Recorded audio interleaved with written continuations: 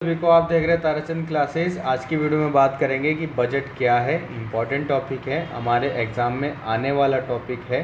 तो चलिए इसको स्टार्ट करते हैं ताकि हम इसको अच्छे से कर पाएँ।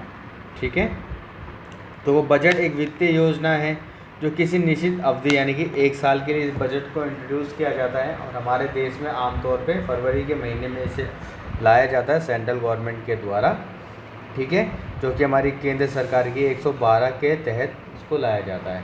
अगर बजट की सीधी सी सिंपल सी परिभाषा अगर अर्थ समझें कि आय और व्यय का लेखा जोखा विवरण होता है, यानी कि कितनी इनकम हुई है, कितना एक्सपेंस हुआ है, उसका पूरा लिखित दस्तावेज होता है कि हमें अब इस पैसे को किस तरीके से, जो भी हमारा कलेक्ट इनकम हुआ है उसको किस तरीके से हमें एक्सपेंस करना है। अगर पैसा नहीं है तो किस तरीके से हमें उसको कलेक्ट करना है, लोन लेना है, उन सभी चीज़ों का विवरण होता है।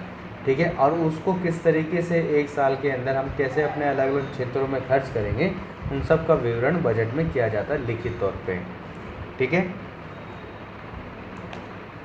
तो चलिए अब इसके उद्देश्य समझ लेते हैं। उद्देश्य क्या है, तो डेफिनेशन समझ आ गई होगी। बजट की एक लिखित दस्तावेज होता है, एक सरकारी दस्तावेज होता है, या फिर कह सकते हो एक बजट एक वित्तीय योजना है जिसमें सरकार के राजकोषीय आय, राजकोषीय प्राप्तियों का विवरण होता है। ठीक है, बात अब बजट के उद्देश्य क्या है। पहला है आर्थिक स्थिरता, कि इसके माध्यम से देश के अंदर अगर मुद्रास्फीति, महंगाई जैसी स्थिति बन रही है तो उसको राजकोषीय नीति, कहने मतलब है सरकारी नीतियों के माध्यम से उसको नियंत्रित करना और ऐसी परेशानियों को ख़त्म करना। संसाधनों का आवंटन, यानी सीमित संसाधनों को प्राथमिकता के आधार पर विभिन्न क्षेत्रों जैसे शिक्षा, स्वास्थ्य जैसे क्षेत्रों में अच्छे से इस्तेमाल किया जा सके। जैसे कि पानी है तो पानी का अच्छे से इस्तेमाल करना, बिजली है तो बिजली का अच्छे से इस्तेमाल करना, कि इसका वेस्ट ना हो। ठीक है, इसका इस्तेमाल ज़्यादा से ज़्यादा लोगों को मिल सके। आय और समृद्धि का पुनः वितरण, यानी कराधान यानी टैक्स हो गया, सब्सिडी जैसे उपायों से आर्थिक असमानताओं को कम करना। ओके, कराधान तो आप सभी को पता ही होता है, इसको टैक्स बोलते हैं। टैक्स हो गया, सब्सिडी जैसे उपायों से हमें आर्थिक असमानताओं को कम करना, मतलब टैक्सेस में छूट दे देना। अब आता है आर्थिक विकास, बुनियादी ढांचे, उद्योग, इंडस्ट्रियल एरिया जो होता है, सामाजिक कल्याण योजनाओं में निवेश करना ताकि समाज के लोगों के लिए ज़्यादा से ज़्यादा रोजगार उत्पन्न हो सके। अब आता है वित्तीय अनुशासन, यानी सरकारी खर्चों पर नियंत्रण रखना, रख कर राजकोषीय घाटे यानी को कम करना, यानी गवर्नमेंट कम से कम एक्सपेंस करे, लेकिन जो खर्च हो रहे हैं अननेसेसरी खर्च है, वो बिना खर्च के तो काम भी नहीं चलता, खर्च करना भी ज़रूरी है, लेकिन जो बेकार के खर्चे उस पर नियंत्रण रखना ताकि ज़्यादा से ज़्यादा हमें आउटपुट मिल सके। ओके, ये सारे इसके क्या होते हैं, उद्देश्य होते हैं। इसमें और भी पॉइंट्स आप ऐड कर सकते हो कि बजट में हमेशा ध्यान रखा जाता है कि उन क्षेत्रों में निवेश करना जिससे समाज के ज़्यादा लोगों को लाभ हो सकता है, जैसे रोज़गार हो गया, इन्वेस्टमेंट हो गया, ये सारी चीज़ें होती हैं। अब आता बजट के कार्य, संसाधनों का आवंटन, यानी बजट के माध्यम से सरकार विभिन्न क्षेत्रों में संसाधन का आवंटन करती है, जैसे स्वास्थ्य हो गया, रक्षा, शिक्षा, बुनियादी ढांचा, इन सब में अच्छे से इन्वेस्टमेंट करती है ताकि जो रिसोर्स हमारे पास अवेलेबल है उसका ज़्यादा से ज़्यादा इस्तेमाल हो सके। ओके, अब जैसे कोई व्यक्ति है उसके पास स्किल है, अच्छे से फाइनेंस की वो अच्छी चीज़ से नॉलेज कर रख सकता है, तो उस व्यक्ति को बैंकिंग सेक्टर में अच्छे से लगाना। कोई ऐसा व्यक्ति है जो एजुकेशन में अच्छा है, पढ़ाने में अच्छा है, तो उसको एजुकेशन के सेक्टर में डालना, ऐसे एक अच्छे रिसोर्स का इस्तेमाल करना। ठीक है, अब ऐसा नहीं है कि ये फाइनेंस वालों को एजुकेशन में बिठा दिया, एजुकेशन वाले को फाइनेंस में बिठा दिया, तो दोनों जो है गड़बड़ हो जाएगी ना।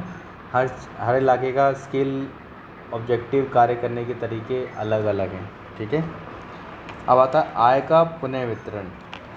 बजट के जरिए सरकार अमीरों से लेकर गरीबों के लिए योजना चलाती है, जैसे आय में समानता लाई जा सके, यानी अमीरों पे टैक्स लगाना, उनसे ज़्यादा कलेक्शन करके गरीबों को बांटना, इन्वेस्टमेंट करना। अब ये कैसे होता है, ये आप लोगों के ऊपर है कि क्या आपके ऊपर वर्तमान की सरकारें सहायता कर रही हैं, क्या उनकी पॉलिसी से आपको लाभ हो रहा है, ये आपका अपना डिसीजन है। पढ़ो और समझो। आर्थिक स्थिरता, बजट के जरिए सरकार महंगाई, मंदी और बेरोजगारी जैसी समस्याओं से निपटने की कोशिश करती है। जब देश में मांग कम होती तो सरकार खर्च बढ़ाकर अर्थव्यवस्था को सक्रिय कर दिए ताकि ऊटपटांग अस्थिरता की स्थिति ना देश में उत्पन्न हो जाए। जैसे कोविड आया था तो खाने पीने की वस्तुएं महंगी हो रही थी, तो लेकिन गवर्नमेंट के पास स्टॉक था तो ज़्यादा महंगाई नहीं बढ़ पाई थी। सार्वजनिक कल्याण बजट में विभिन्न सामाजिक योजनाओं के माध्यम से निर्धनों, किसानों, महिलाओं, वृद्ध और युवाओं के लिए ये क्या है, पैसा एक्सपेंस करना ताकि इनका जीवन यापन भी अच्छे से हो सके। कर नीति निर्धारण यानी बजट के माध्यम से सरकार नई कर नीति लागू करती है, यानी पुरानी नीतियों में बदलाव करती है जिससे राजस्व एकत्रित किया जा सके। या तो टैक्स को अच्छा बनाया जाएगा या टैक्स को जैसा भी अपडेट किया जाएगा। जैसे न्यू टैक्स रिजीम आता है, उसकी अलग पॉलिसीज़ होती हैं, ओल्ड टैक्स रिजीम अलग होता है। जब आप पैसा कमाओगे, आप टैक्स की सीमा के अंदर आओगे, तब आप ये सारी चीज़ें पढ़ोगे।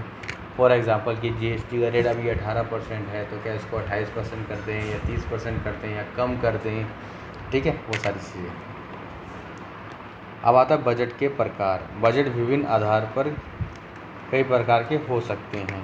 पहला है राजस्व और पूंजी budget, revenue and capital budget. राजस्व बजट, इसमें सरकार की आय जैसे कर है, शुल्क है और दैनिक खर्च, ये सारी चीज़ें इसके अंदर शामिल होती हैं, ठीक है। कहाँ से सरकार को पैसा आता है सीधे तौर पे, वो टैक्स वगैरह इन सब के जरिए।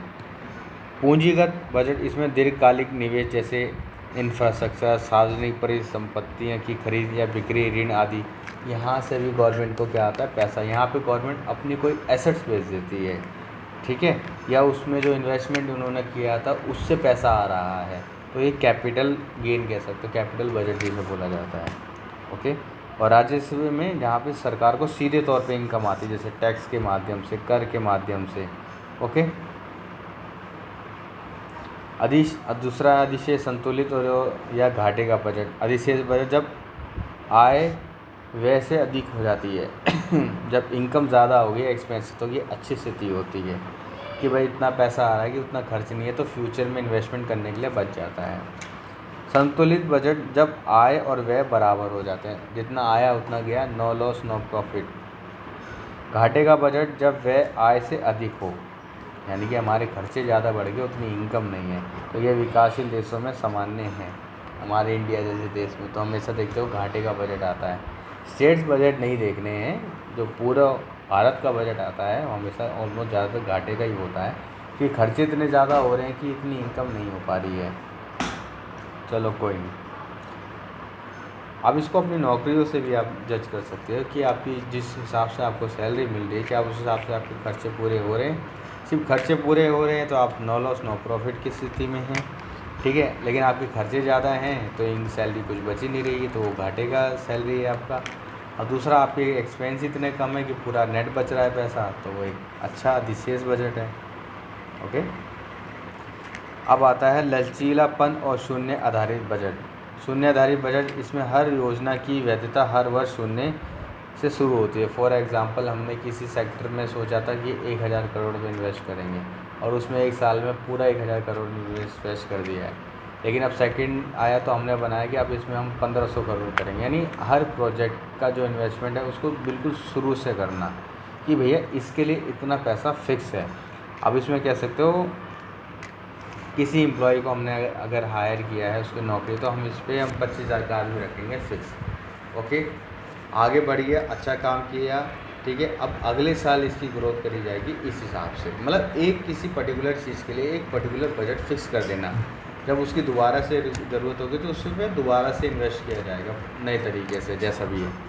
लचीला बजट ये विभिन्न परिस्थितियों में व्यय का अनुमान लगाने में सहायक करता है, यानी समय के साथ। फॉर एग्जांपल, किसी बिल्डिंग को इंफ्रास्ट्रक्चर तैयार कराया जा रहा था या रोड का निर्माण कराया जा रहा था, मान लो 1 किलोमीटर का रोड तैयार कराना, तो उसमें मान लिया 20 लाख का खर्चा आना है, ठीक है, लेकिन जैसे जैसे रोड चला, कोई नेचर प्रॉब्लम आ गया, कुछ भी दिक्कत आ गई है, या नमी इधर उधर हो गई, या कोई मार्केट का इशू हो गया, तो वो 20 लाख का खर्च किया 30 लाख का हो गया। तो भैया कराना तो ज़रूरी है, प्रोजेक्ट है, तो उस पर इन्वेस्टमेंट को या बढ़ा देना या घटा देना। या हमने 20 लाख का बजट बनाया था, 15 लाख में ही हो गया, तो 5 लाख का प्रॉफिट हो गया। तो ये सारी स्थिति, मतलब स्थिति के हिसाब से हमें एक्सपेंस करना है कि नहीं करना है, ओके। कोई लोग मान लो घूमने गए थे, तो उन्होंने सोचा कि भैया गोवा की ट्रिप जो है 5000 में हो जाएगी। पता लगा कि भाई 5000 उन्होंने फ़्लाइटें पकड़ ली तो 5,000 तो एक ही तरफ की फ़्लाइट ही हो गई। अब घूमेगा वापस कैसे हैं? वहीं पे किसी ने बजट बनाया कि भैया 5,000 हैं, तुम ट्रेन वगैरह इससे सफ़र कर लेते तो बच भी गए। तो डिपेंड करता है सिचुएशन कैसी है कैसी नहीं है। ओके। प्रदर्शन आधारित बजट यानी कि यहाँ पे परफॉर्मेंस के हिसाब से है। इसमें सरकारी विभाग की कार्य क्षमता और परिणाम के आधार पर बजट राशि निर्धारित की जाती है। जहाँ पे मान लो जो डिपार्टमेंट अच्छे से काम कर रहा है, वहाँ से अच्छा प्रॉफिट जनरेट हो रहा है, तो वहाँ पे गवर्नमेंट क्यों एक्सपेंस करेगी? तो गवर्नमेंट वहाँ एक्सपेंस करेगी जहाँ पे मान लो स्थिति ख़राब है और लेकिन इसको ठीक किया जा सकता है, प्रॉब्लम है, तो गवर्नमेंट वहाँ पे एक्सपेंस करेगी ताकि चीज़ों को ठीक किया जा सके और यहाँ से भी मनी क्या हो, जनरेट हो। ओके।